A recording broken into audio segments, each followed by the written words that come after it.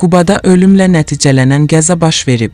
Kanal 10 TV Azərbaycan Unikala istinadən xəbər verir ki, Bakı-Quba-Dağıstan sərhədi avtomobil yolunun Ağbil kəndi ərazisindən keçən hissəsində yol nəqliyyat hadisəsi baş verib.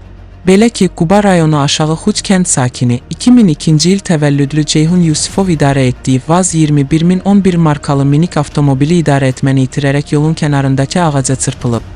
Hadisə nəticəsində ağır bədən xəsarətləri alan Ceyhun Yusifov Quba rayon mərkəzi xəstəxanasına çatdırılsa da həkimlərin səylərinə baxmayaraq ölüb.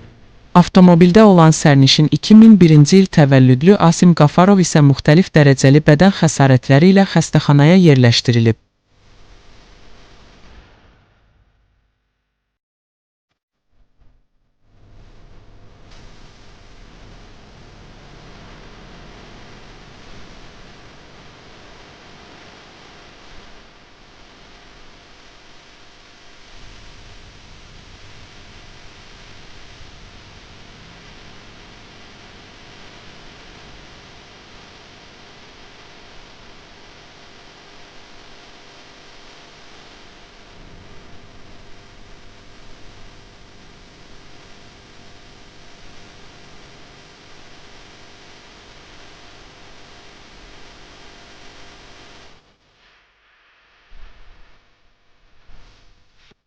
Faktla bağlı araşdırma aparılır.